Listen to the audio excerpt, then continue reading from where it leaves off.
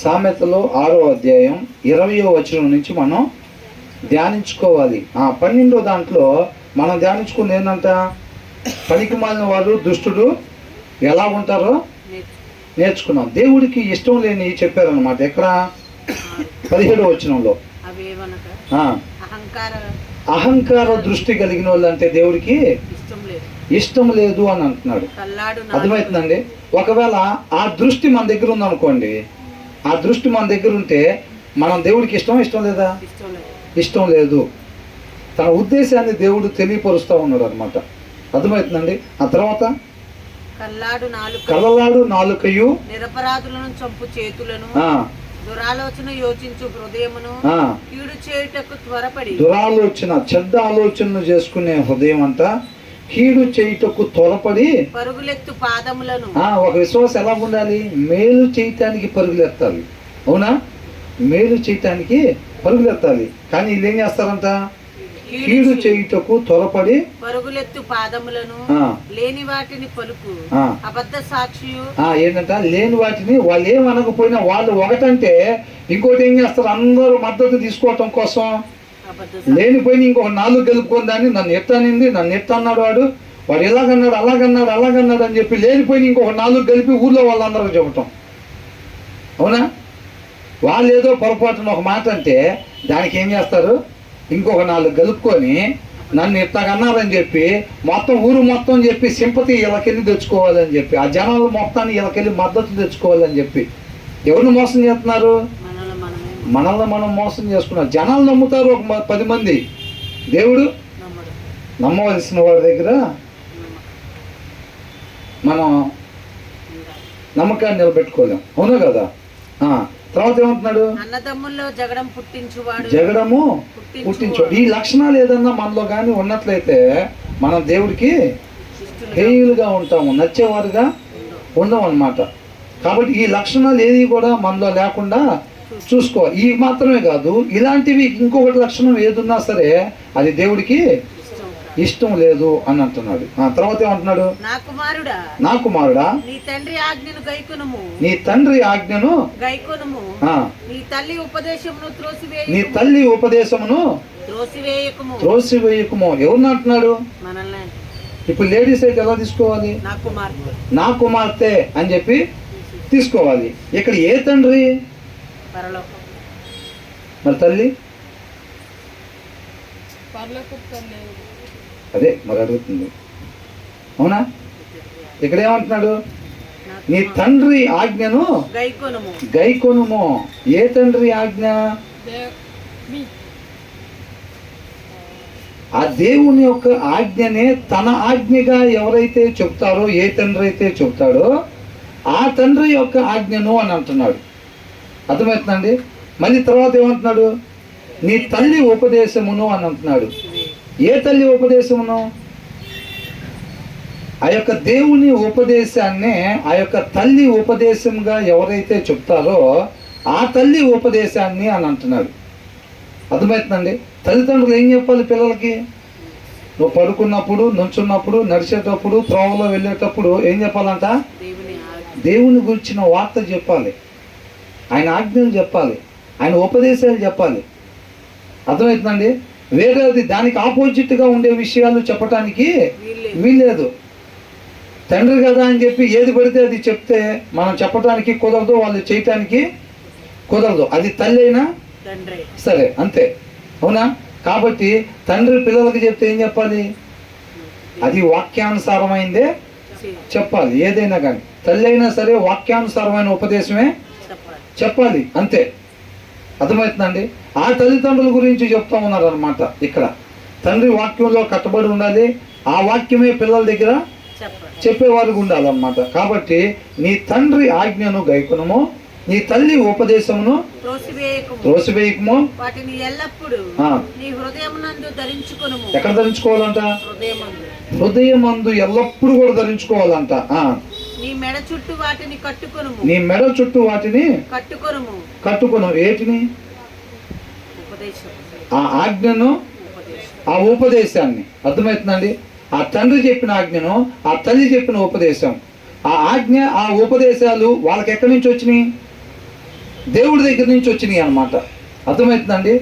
ఆ ఆజ్ఞలే తల్లిదండ్రులు చెప్పేవాళ్ళుగా ఉండాలి. అవి కానీ వీళ్ళు తన హృదయంలో ధరించుకున్నట్లయితే ఏమైందంట? హృదయమునందు ధరించుకొనుము, ఆ, నీ మెడ చుట్టూ వాటిని కట్టుకొనుము, ఆ, నీ ఆ, త్రోవను వెళ్ళినప్పుడు ఆ. అది నిన్ను నడిపించును. ఆ. ఏదంటే నడిపించేది? దేవుని వాక్యం. ఎలా నడిపించేది అంటే అప్పుడు దాకా నడవలేరా?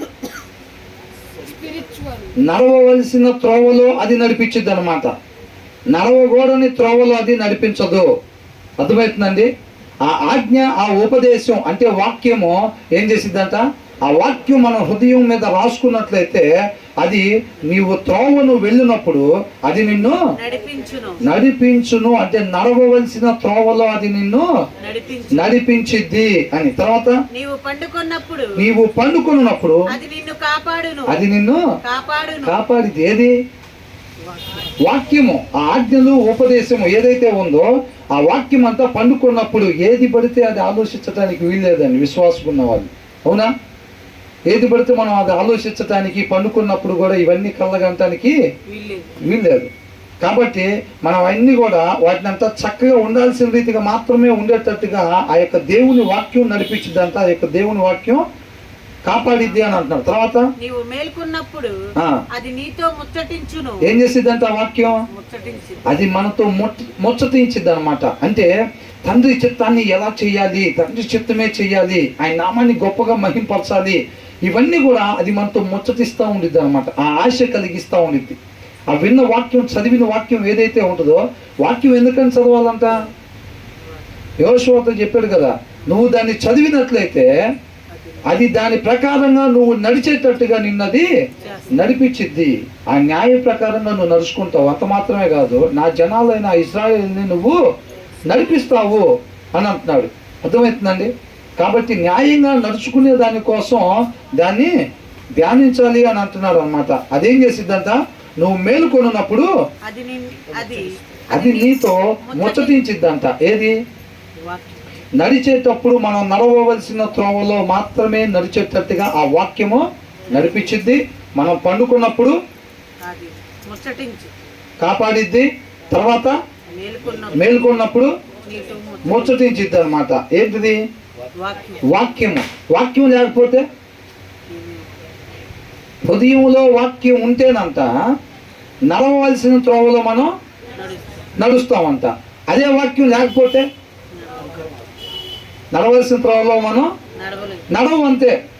నేను కూడానా వాక్యం చెప్తాగా, పాటలు పాడేవాళ్ళు, ప్రార్థన చేసేవాళ్ళు కూడా ఎవరైనా సరే, ఎవరంట?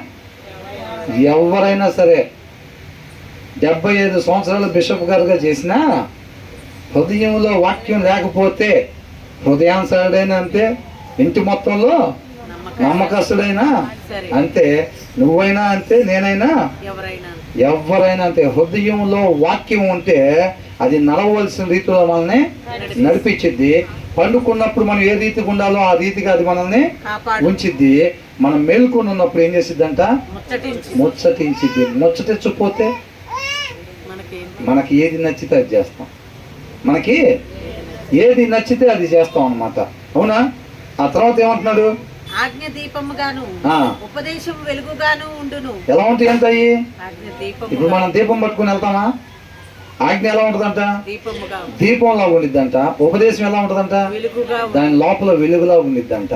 అవునా? అంటే ఒక టార్చ్ లైట్ కావచ్చు, ఒక స్ట్రీట్ లైట్ కావచ్చు, ఒక దీపం కావచ్చు, అది ఏం చేసిద్ది? మనకి వెలుగును చూపించి ఎటు వెళ్ళాలి, ఎటు వెళ్ళకూడదు, ఏమి ఎలాగ ఉండాలి, ఎలాగా ఉండకూడదు అనేది తెలియపరిచిద్ది అనమాట. అదే ఆజ్ఞ, అదే ఉపదేశం మనలో లేకపోతే ఏమి లేనట్టు? వెలుగు లేనట్టుగా. అవునా? ఏంటంటే మళ్ళీ చదవండి. ఆజ్ఞ దీపముగాను ఉపదేశము వెలుగుగాను. ఆ రెండు మన దగ్గర లేకపోతే, ఆ రెండు అంటే దేవుని వాక్యం. అవునా? ఇది ఓల్డ్ టెస్ట్మెంట్ కాబట్టి దీంట్లో ఏముంటుంది? ఆజ్ఞలు, కట్టడలు ఇవి ఉంటాయి. అవునా? ఇప్పుడు మనం ఏం తీసుకోవాలి? వాక్యము. అర్థమవుతుందండి? వాక్యం ఎలా ఉంటుందంట? దీపంగా ఉండిద్దంట. అవి మన హృదయం దగ్గర లేవు అనుకోండి, ఏమైంది? ఆ వాక్యం మన హృదయంలో లేకపోతే ఏమి చేయాలో ఏమి చేయకూడదో మనకు తెలుసా? ఆ వెలుగు లేనట్టే. మనం ఎవరైతే వాక్యం చదవకుండా ఉంటారో వాళ్ళలో ఏం లేనట్టంట, ఆ వెలుగే లేనట్టు. అంటే వాళ్ళకి ఏం తెలియదు. వాళ్ళు ముసుగులు వేయొచ్చు, వాళ్ళు బైబిల్ తీసుకొని రావచ్చు, వాళ్ళు శుక్రవారం రావచ్చు, ఆదివారం కూడా 2 పూట్ల రావచ్చు. వాళ్ళ దగ్గర ఏముండదు, వెలుగు ఉండదు, అంతే. అవునా? ఆ వెలుగు లేకపోతే ఏం తెలియదు వాళ్ళకి. నడవలసిన త్రోవ తెలియదు. ఎక్కడ నడవాలి, ఎక్కడ నడవకూడదు, ఏది చేయాలి, ఏది చేయకూడదో తెలియదు వాక్యం లేని వాళ్ళకి. మిగతాదంతా మనలాగానే ఉంటారు అచ్చంగా. వాళ్ళకి ఏం చేయాలి ఏం చేయకూడదు అనేది తెలియదు అన్నమాట. అవునా? ఆ తర్వాత ఏమంటున్నాడు, శిక్షార్థమైన గద్దింపులు. ఏంటంట, శిక్షార్థమైన గద్దింపులు, జీవ మార్గములు. జీవ మార్గములు. కరెక్షన్ అంటే పడదు మనకు అసలు. ఏంటంట, మీరు ఒక అరగంట చెప్పండి ప్రాబ్లం లేదు, గంట చెప్పండి ప్రాబ్లం లేదు, మీరు చేస్తున్నారా అట్లాగంటే మాత్రం మాకు ఇబ్బంది అయింది. ఏంటంట, దాంట్లో ఉన్నది చెప్పండి, మీరు గంట ఏం చెప్పండి, గంటన్నర చెప్పండి, మీరు చేస్తున్నారా అంటే అదే కొద్దిగా ఇబ్బంది అయింది మనకు. కరెక్షన్ వద్దు. ఏమొద్దంట, కరెక్షన్ వద్దు. మానేస్తారా సీరియల్స్ ఇవాళ నుంచి? ఎంతమంది మానేస్తారు? అయ్యొద్దు బ్రదర్, అయ్యే బ్రదర్ వద్దంటారు మీరు. అవునా? ఏంటంట, జీవం మనకు ఏం కావాలి, కరెక్షన్స్ వద్దు బ్రదర్. మరి నిత్య జీవం అది కావాలి బ్రదర్. కరెక్షన్స్ వద్దు, నిత్య జీవం మాత్రం కావాలి. కరెక్షన్స్ లేకుండా నిత్య జీవం లేదు అంటున్నాడు. అదే మార్గం అంటున్నాడు, అది తప్ప వేరొక మార్గం లేదు అని అంటున్నాడు. ఏంటంట, శిక్ష అర్థమైన శిక్ష, అంటే అర్థవంతమైన శిక్ష. ఏంటంట, గద్దింపులు. ఏదైతే చెప్తున్నాం అవి ఏంటంట, జీవానికి మార్గాలంట. కరెక్షన్స్ ఎక్కడికి తీసుకెళ్తాయి అంట, వద్దు చలికాలం కూల్ డ్రింకులు వద్దు అని చెప్పి తల్లిదండ్రులు గద్దించినప్పుడు ఏం చేయాలి, అది అర్థవంతమైన శిక్ష. అవునా కదా? శిక్షణ. కొట్టాల్సిన టైంలో కొట్టకపోతే ఏమైంది, జీవానికి వెళ్ళే మార్గం మిస్ అయిపోతారు. అది అవునా కదా? చాలా మంది అనుకుంటారు. నేను కూడా చాలా సంవత్సరాలు ఏమనుకునేవాడిని అంటే, నా పుట్టినరోజు అప్పుడు ఇదివరకు కొద్దిగా అవి సెలబ్రేట్ చేస్తూ ఉండేవాడిని. ఆ పుట్టినరోజు అప్పుడు ఎక్కువగా ఏంటంటే 3 స్టెప్పులు కేక్ తీసుకొచ్చి పాస్టర్ గారు వచ్చేవాళ్ళకి సాక్ష్యం చెప్పాలని నేను నుంచి ఎప్పుడు ఒకటే సాక్ష్యం. నిజంగానే అదే జరిగేది నా జీవితంలో. ఏంటంటే, నాకు ఇంతవరకు కష్టం అనేది తెలియదని చెప్పేవాడిని. ఫస్ట్ మాట, నాకు నిజంగానే అసలు కష్టం అనేది తెలిసేది కాదు అప్పుడు. ఒక పుట్టినరోజు నుంచి ఇంకో పుట్టినరోజుకి వచ్చేసరికి నా జీవితంలో కష్టం అనేదే తెలియదు నాకు. నేను అనుకునేవాడిని ఆయన చక్కగా నచ్చినట్టుగా ఉంటున్నాను అనుకుంటా. అందుకని ఎంతోమంది అనారోగ్య సమస్యలు అంటున్నారు. నాకు అసలు ఏ అనారోగ్య సమస్య లేదు. ఎంతోమంది ఆర్థిక సమస్యలు అంటున్నారు, కానీ నాకు ఏ ఆర్థిక సమస్య లేదు. కానీ ఇట్లాంటి పిల్లలు లేరు, అది లేదు, ఇది నాకు చక్కగా పిల్లల్ని ఇచ్చారు, నాకు ఏ ప్రాబ్లం లేదని అంటే నేను చక్కగా దేవుడు ఇష్ట ప్రకారంగా నడుచుకుంటున్నానేమో అని అనుకునేవాడిని. తర్వాత నేను వాక్యంలో నుంచి విన్నది, నీకు ఏ శ్రమ కలగట్లేదా, జాగ్రత్త, దేవుడు ఇంకా నిన్ను చెక్కటం మొదలు పెట్టలేదు అని. ఎప్పుడైతే సత్యం ఉన్న తర్వాత ఇదేంటి వేరుగా ఉంది, మనం ఇప్పుడు దాకా అనుకున్నది మనకి ఏ ప్రాబ్లము రాకుండా ఉంటే మనం మంచి మార్గంలో వెళ్తున్నట్టు అనుకుంటా అని అనుకుని అప్పట్లో అపార్థం చేసుకునేవాడిని. అర్థమవుతుందండి? మనకి కరెక్షన్స్ ఉండాలి. ఈ భూమి మీద అంట కొంతకాలం ఏమొస్తాయి అంటే మనకి, ఆ కొంతకాలం అంటే ఎప్పటి వరకు, చిన్న సమయం కొంతకాలం మనకు శ్రమలు వస్తాయి. ఎప్పుడు దాకా, మనం పోయేదాకా. ఏంటంట, ఆ చిన్న సమయం ఎప్పుడు దాకా, మనం పోయేదాకా శ్రమలు వస్తాయంట. శ్రమలు లేకపోతే మనం చెక్ చేసుకోవాలి అది. అవునా కదా?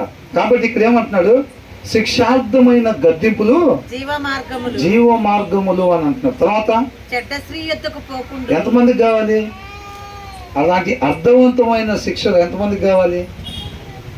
దేవుడు మనల్ని అలా శిక్షించకపోతే ప్రాబ్లం. అర్థమవుతుందండి?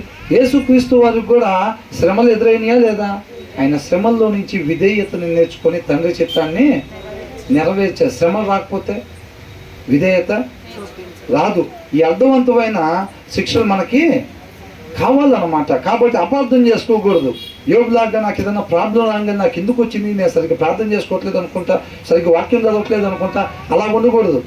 దేవునితో సమయాన్ని గడిపేటప్పుడు ఆయన ఇష్టాలు ఏంటి అయిష్టాలు ఏంటో మనకి అర్థమవుతూ ఉంటుంది. వాక్యం మనం అర్థం చేసుకుంటూ ఉంటాం. తర్వాత ఏమంటున్నాడు? చెడ్డ స్త్రీ యొద్దకు పోకుండాను, చెడ్డ స్త్రీ వద్దకు పోకుండాను, పరస్త్రీల పలుకు ఇచ్చకపు పరస్త్రీ పలుకు ఇచ్చకపు మాటలకు లోబడకుండును, అవి నిన్ను కాపాడును. ఇవి శిక్షార్థమైన గద్దింపు. వాక్యం, ఆజ్ఞ, ఉపదేశం. ఆ పైన ఆజ్ఞ ఉపదేశం గురించి చెప్తున్నాడు. ఏమంటున్నాడు? మొదటి దాంట్లో 20వ వచనంలో, నా కుమారుడా నీ తండ్రి ఆజ్ఞను గైకొనుము, నీ తల్లి ఉపదేశమును తోసివేయకుము. ఆజ్ఞ ఉపదేశము అది కానీ వాళ్ళ హృదయంలో కలిగి ఉంటే, అది వాళ్ళని ఏ పరిస్థితుల్లో తోడుగా ఉండిద్ది, కాపాడిద్ది, వాళ్ళతో ముచ్చటించిద్ది అనేది చెప్తా ఉన్నాడు. ఇక్కడ ఏమంటున్నాడు? చెడు స్త్రీ వద్దకు పోకుండాను, పరస్త్రీ పలుకు ఇచ్చకపు మాటలకు లోబడకుండాను. ఏదంట? వాక్యము, దేవుని వాక్యం. అసలు వాక్యమే చదవకపోతే, హృదయంలో వాక్యం లేదనుకోండి, ఏమైంది? అట్లాంటి రోజులు ఎదురైనప్పుడు కళ్ళు పక్కకి తిప్పుకోలేము, బలం సరిపోదు. అర్థమైందా? మెడబెట్టిన వాళ్ళ పరిస్థితి అయింది. అప్పుడు మనకి ఎగ్జాంపుల్ ఉన్నారు కదా, దావీదు గారు, అవునా కదా? తిప్పుకోలేరు. ఎందుకని? వాక్యం లేకపోతే ఏమైందండి? మొన్న చదవలేదు, ఏం కాలేదే. నిన్న చదవలేదు, ఏం కాలేదే. ఇవాళ కూడా అంత అవసరం ఏముంది? ఆ పరిస్థితి ఎదురైనప్పుడు శక్తి సరిపోదు. అవునా? ఇది ఓన్లీ జెంట్స్కి చెప్పేది, లేడీస్ గురించి చెప్పేది కాదండి. నా కుమారుడా అన్న ప్లేస్లో స్త్రీలు ఏం పెట్టుకోవాలి? నా కుమార్తె. లేడీస్ అయితే పురుషుల గురించి, జెంట్స్ అయితే లేడీస్ గురించి మనం తీసుకోవాలన్నమాట. తర్వాత అది చెప్తా ఉన్నాడు, అవి నిన్ను కాపాడును. వాక్యం మనల్ని కాపాడాలి. ఎక్కడి నుంచి? వాళ్ళు ఎదురు పడకుండా మనం ఏం చేయలేం. మనం అందరం ఈ లోకంలోనే ఉంటాం కాబట్టి వాళ్ళు ఎదురు పడకుండా మనం ఏమీ చేయలేము. ఇప్పుడు మనం ఆ దారిని వెళ్తుంటే అపవాది వేరే దారులు పెడతాడా? వాళ్ళు ఎక్కడ పెడతాడు? పక్షులు వెళ్ళే దారులు పెడతారు వాళ్ళ. అవునా? కాబట్టి నువ్వు వెళ్ళే దారిలో, నువ్వు వెళ్ళే ఆఫీస్లో, నువ్వు వెళ్ళే పొలంలో, నువ్వు ఉండే కాలనీలో మన ఇంటి వెనకాల పెడతాడు వాళ్ళలో. అర్థమవుతుందండి? కాబట్టి అవి లేని ప్రదేశానికి మనం వెళ్ళలేము, కానీ వాటిని జయించాలి అని అంటే ఏం కావాలంట? వాక్యం ఉండాలి. చెడు స్త్రీ యొద్దకు పోకుండాను, పరస్త్రీ పలుకు ఇచ్చకపు మాటలకు వాళ్ళు పలకకుండా మనం ఏం చేయలేం.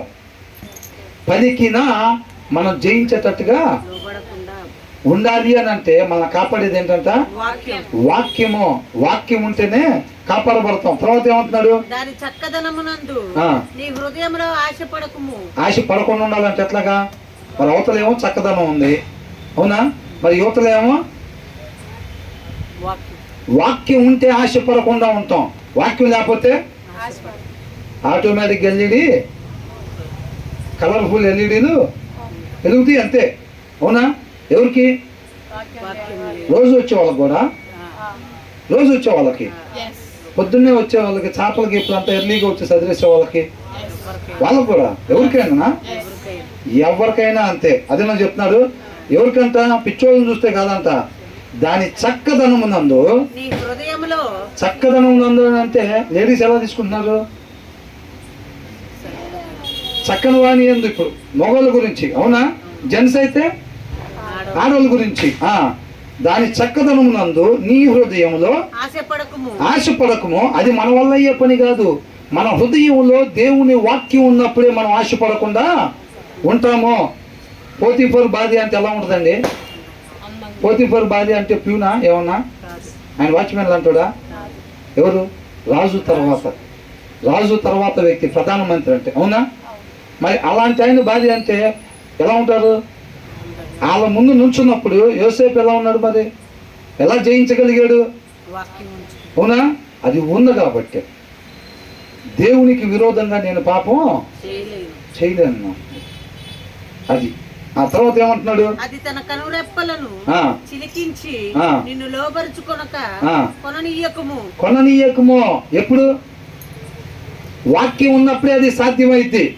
అవతల అపవాది పరిచయం చేస్తూ ఉంటారు చూసారా, బిజీగా జెంట్స్లో అయినా లేడీస్లో అయినా. ఆగిపోయిన క్యాండిల్ ఏం చేసిద్ది, మిగతా వాళ్ళు ఆగిపోయి పరిచర్యలో ఉంటారు వాళ్ళు. అవునా, వాళ్ళు ఎలా ఉంటారు అంటే ఇలా ఉంటారు అంట. వాళ్ళు ఈ పనిలో బిజీగా ఉంటారు. వాళ్ళు చర్చిలలో అయినా ఉండొచ్చు, బయట అయినా ఉండొచ్చు, మనం ఉండే కాలనీలో ఉండొచ్చు, మనం వెళ్ళే పనుల దగ్గర ఉండొచ్చు. వాళ్ళు కూడా ఫుల్ టైం మినిస్ట్రీలు చేస్తూ ఉంటారు. అర్థమవుతుందండి.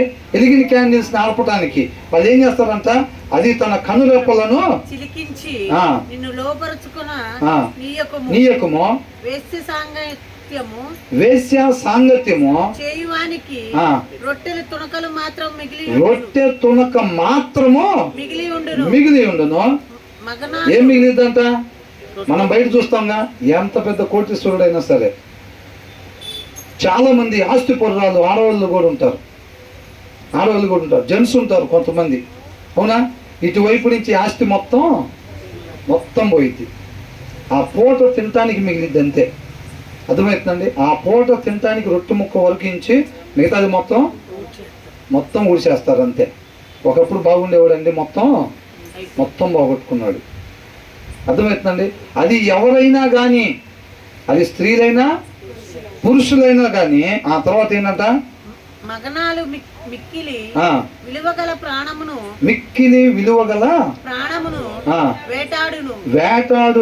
ఏంటంట ఇక్కడ ఏమనుంది, for a prostitute can be had for a loaf of bread but another man's wife. అంటే వేరొకని భార్య ఏం కోరుకునిద్దంట, ఏం వేటాడిద్దంట, preys on your very life. మన జీవాన్ని తీసేసిద్ది అనమాట. ఏంటంట, మన జీవాన్ని మనందరం కూడా దేనికోసం ఉన్నాం, ఆజ్ఞ అతిక్రమణ చేసి పాపం చేసి మరణాన్ని తెచ్చుకుని ఉన్నాం. ప్రతి ఒక్కరు కూడా మనకేం కావాలి, ఇప్పుడు జీవం కావాలి, నిత్య జీవం ఇస్తానన్నాడు దేవుడు.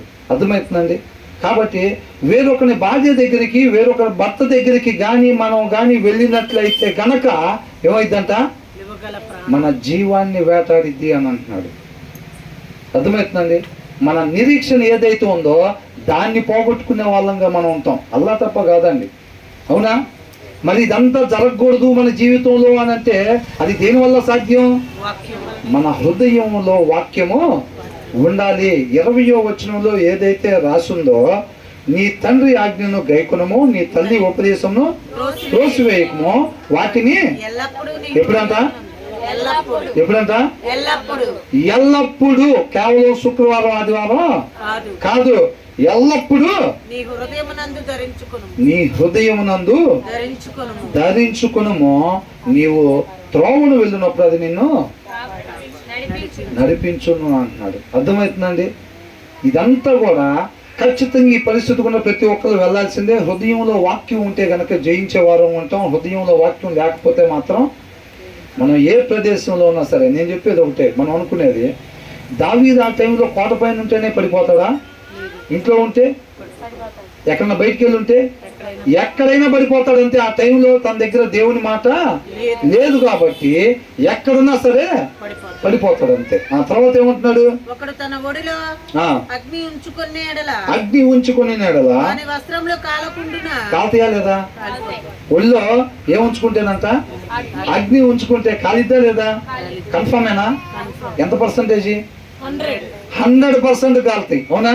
తర్వాత ఒకడు నిప్పుల మీద నడిచిన వాని పాదములు కమలకుండున, ఎంత పర్సంటేజ్, 100%. తర్వాత తన పొరుగు వాని భార్యను కూడువాడు ఆ ప్రకారమే నాశనమగును. ఆ ప్రకారం ఏమవుతాడంట, నాశనం అయిపోతారంట. అర్థమవుతుందండి. కేవలం భార్యనేనా, భర్తని, మగవాళ్ళైనా సరే ఆ విధంగా చేసినట్లయితే కనుక జీవాన్ని కోల్పోయేవారుగా, చుక్కుడుగాయ కూర కోసం ఏం కోల్పోయాడు, జ్యేష్ఠత్వం కోల్పోయాడు. అవునా. మనం కానీ వాక్యం లేకుండా బయట కానీ తిరిగినట్లయితే, అంటే బయట తింటూ ఉంటే పర్వాలేదు బ్రదర్, అంటే ఎల్లప్పుడూ మన హృదయంలో సమృద్ధిగా వాక్యం కలిగి ఉండాలన్నమాట. లేకపోతే మాత్రం చాలా డేంజర్. తర్వాత ఏమంటున్నాడు, ఆమెను ముట్టువాడు శిక్ష తప్పించుకొనడు. ఎన్నోది 29. ఏంటంట, ఆమెను ముట్టువాడు శిక్ష తప్పించుకొనడు. ఏంటంటే అవకాశం ఉందా?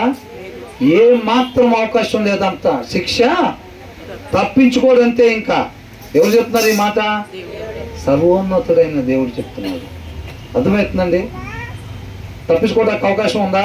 డబ్బులు ఇస్తే, ఇన్ఫ్లుయెన్స్ ఉపయోగిస్తే అవకాశమే లేదంట. దావీదుకి ఏం తక్కువ? పలుకుబడి తక్కువ, డబ్బు తక్కువ, ఆరోగ్యం తక్కువ. మరి దేవుడికి దొరికాడా లేదా? దొరికాడు. అట్లాగే తర్వాత ఏమంటున్నాడు? దొంగ ఆకలి కొను ప్రాణ రక్షణ కొరకు దొంగిలిన ఎడల ఎవరును వారిని తిరస్కరింపరు కదా. అంటే ప్రాణం పోయే పరిస్థితుల్లో ఉండేటప్పుడు ఎవరన్నా వచ్చి అక్కడ ఉన్న ఒక బ్రెడ్ తీసుకొని తింటే ఎవరైనా ఏమో అనుకుంటారు? జాలి తెలుస్తారా లేదా? అవునా కదా? అదే అలవాటుగా చేసుకుంటే తర్వాత ఏమంటున్నాడు? వాడు దొరికిన ఎడల ఏడంతలు చెల్లింపవలెను. తన ఇంటి ఆస్తి అంతయు అప్పగింపవలెను అని అంటారు. తర్వాత జారత్వం జరిగించేవాడు కేవలం బుద్ధిశూన్యుడు. ఎవరంట? బుద్ధిశూరుడు. జారత్వం జరిగించేవాడు. జారత్వం అంటే ఏంటి? జారత్వం అంటే మనం దీంట్లోనే మొన్న 5వ అధ్యాయం ధ్యానించుకున్నాం కదా. దీంట్లోనే 5వ అధ్యాయం ధ్యానించుకున్నావా? గుర్తులేదు కదా. అసలు 5వ అధ్యాయం ధ్యానించుకున్నాం మనం. 5వ అధ్యాయం. ప్రతి ఒక్కరు కూడా వాళ్ళ సొంత భార్య దగ్గరే ఉండాలి, తన సొంత భర్త దగ్గరే ఉండాలి. తర్వాత ఏమంటున్నాడు? జారత్వము జరిగించేవాడు కేవలము బుద్ధి శూన్యుడు అంటే ఆలోచన లేనివాడు అని అంటున్నాడు. అర్థమైతే తర్వాత ఏమంటున్నాడు? స్వనాశనమును కోరువాడే అని అంటున్నాడు. స్వనాశనం అంటే సొంత నాశనం అన్నమాట. వాడిని ఎవరు నాశనం చేయాల్సిన పని లేదు. అర్థమవుతుందా? ఏంటంట? స్వనాశనము. వాడికి వాడే నాశనం చేసుకుంటాడు. ఎలాగా? జారత్వం చేయటం ద్వారా, పరపురుషుల దగ్గరికి వెళ్ళటం ద్వారా, పరస్త్రీ వద్దకు వెళ్ళటం ద్వారా వారికి వాడే నాశనము చేసుకునేవాడు అని అంటున్నాడు. అర్థమవుతున్నాడు? తర్వాత ఏమంటున్నాడు? ఏమవుతాడంట? తర్వాత ఆటోమేటిక్ గా విషయాలు బయటికి తెలిస్తే ఏమైంది? ఎక్కడో దగ్గర కాపు కాసి కోటింగ్ పడిద్ది. అవునా? తర్వాత ఏమైంది? ఎన్నటికీ తొలగిపోదు. చచ్చిపోయిన తర్వాత కూడా చెప్పుకుంటా ఉంటారు చాలా మంది. అవునా కదా? చచ్చిపోయిన తర్వాత కూడా ఒకప్పుడు ఒక ఆయన ఉండేవాడు, ఆయన ఇట్లాంటి పనులు చేసేవాడు. ఒకప్పుడు ఒక ఆమె ఉండేది, ఆమె ఇట్లాంటి పనులు. ఎప్పుడు దాకా ఉంటుందంట? 4 రోజులు ఉండి మాసిపోయిద్దంట. ఎప్పుడు దాకా ఉండిద్దంట? ఎప్పటికీ అపకీర్తి అలాగే ఉండిపోయిద్దంట. తర్వాత ఏమంటున్నాడు? భర్తకు ఆ విషయం తర్వాత ఎవరికి తెలిసింది? ఆ నోట అట్ట పోయి తర్వాత ఎవరికి తెలిసింది? భర్తకు తెలిసింది. జోబులో ఒక 500 దొంగతనం చేశాడంటే వదిలిపెడతారులే కానీ, అవునా? ఇంకొక పని చేశాడంటే వదిలిపెడతారులే కానీ, ఈ విషయంలో వచ్చే కోపం అది ఏ స్థాయిలో ఉండిద్ది అనేది జస్ట్ అట్లా వివరించారు అంతే. ఏంటంట? భర్తకు పుట్టు రోషము మహారౌద్రం గలది. ఒకవేళ ఆ ప్లేస్ లో స్త్రీ అయితే భార్యకి, అవునా, భార్యకి పుట్టే రోషం అనుకోవాలి. ఆ తర్వాత ఏంటంటే మహారౌద్రము గలది. ప్రతీకారము చేయు కాలమందు అట్టివాడు కనికరపడడు. ఏంటంట? అట్టివాడు. ఆ విషయం తెలిసిన తర్వాత ఇంకా అసలు మామూలుగా ఉండదు. అర్థమవుతుందండి? అట్టివాడు అంట కనికరపడ్డంట. ఇంకా కనికరం చూపించే క్వశ్చనే లేదు. తర్వాత ఏమన్నాడు? ప్రాయశ్చిత్తం ఏమైనా ఇంకోసారి ఎప్పుడు వెళ్దాం కావాలంటే మమ్మల్ని దగ్గర నుంచి ఇంకో 10 లక్షలు కట్నంగా ఇప్పిస్తా, ఈసారికి మాత్రం వదిలేసాయి అని అంటే, 20 లక్షలు ఇస్తే 50 లక్షలు ఇస్తానంటే కొనలేరు అంటున్నాడు. కోపం ఆ స్థాయిలో ఉండిద్దంట. ఇలాంటి విషయాలు భర్తకు తెలిసినప్పుడు, భర్త చేసేటప్పుడు బాధ్యత. ఎంతమంది టీవీలో చుట్టలేదండి? ఎంతమంది టీవీలో చుట్టలా? భర్త వేరొక తీసుకొచ్చి పెట్టుకున్నప్పుడు ఆఫీసులలో అక్కడ ఇక్కడ దొరికితే భార్య ఏం చేస్తుంది? పోలీస్ కంప్లైంట్ ఇచ్చి పోలీసుని తీసుకొని వచ్చి ఆఫీసు దగ్గర డోర్ కొట్టి ఆ డోర్ ఓపెన్ చేసిన తర్వాత అవన్నీ చూపించి యూట్యూబ్లో లైవ్, అవునా, వెళ్తా ఉండగానే వాళ్ళు చెంపలు బల్ల కొట్టి పోలీసులకు అప్పగించినంత రాద్దాంతో చేస్తున్నారు.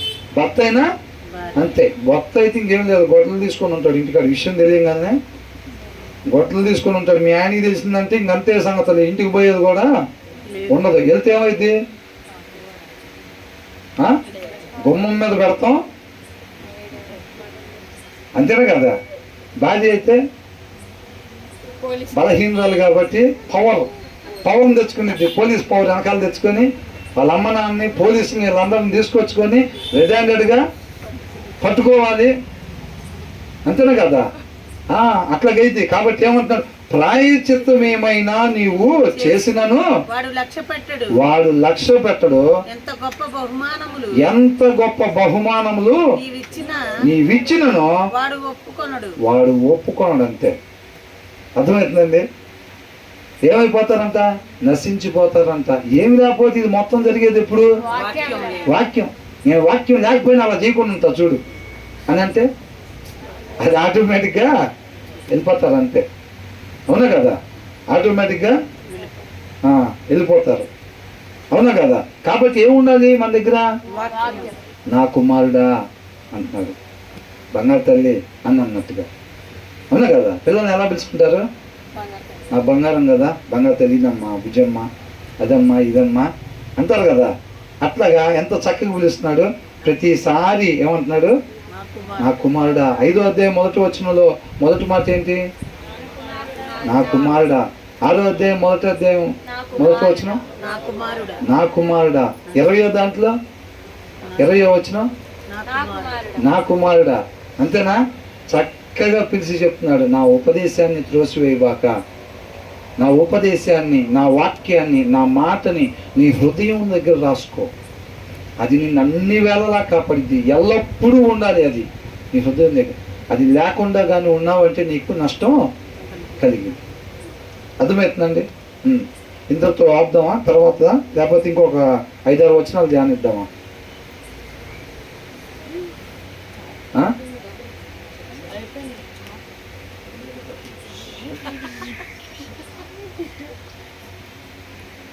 సరే, అట్లయితే ఇంతవరకు ఆపుదాంలే. మరి ఇంతవరకు ఆపుదాం, మిగతాది తర్వాత ఆదివారం ధ్యానించుకున్నాం. కాబట్టి మనకి చక్కగా మన హృదయంలో ఎల్లప్పుడూ సమృద్ధిగా దేవుని వాక్యం ఉండాలి. కానీ నేను లేకపోయినా సరే, వాక్యం మొన్న చదవకపోయినా, నిన్న చదవకపోయినా, ఇవాళ చదవకపోయినా, అలాంటి పరిస్థితి నాకు ఎదురైనప్పుడు, ఎవరైనా అందగత్తిగా ఉన్నప్పుడు, ఎవరైనా అందగాడుగా ఉన్నప్పుడు, వాళ్ళు కన్నురెప్పలతో చికిలించినప్పుడు నేనైనా తట్టుకొని నిలబడతాను అని అంటే చేసేది ఏం లేదు. తర్వాత ఏం జరిగింది అనేది తర్వాత అధ్యాయంలో ఇచ్చారు క్లియర్గా. అర్థమవుతుందండి. ఈ లోకంలో సామెత ఉంది, ఏంటంటే అది చేతులు కాలిన తర్వాత ఆకులు పట్టుకుంటే ఉపయోగం లేదు. కాళ్ళకు ముందే జాగ్రత్త పడేవారుగా మనం ఉండాలి. దేవునికి మహిమ కలుగుగాక.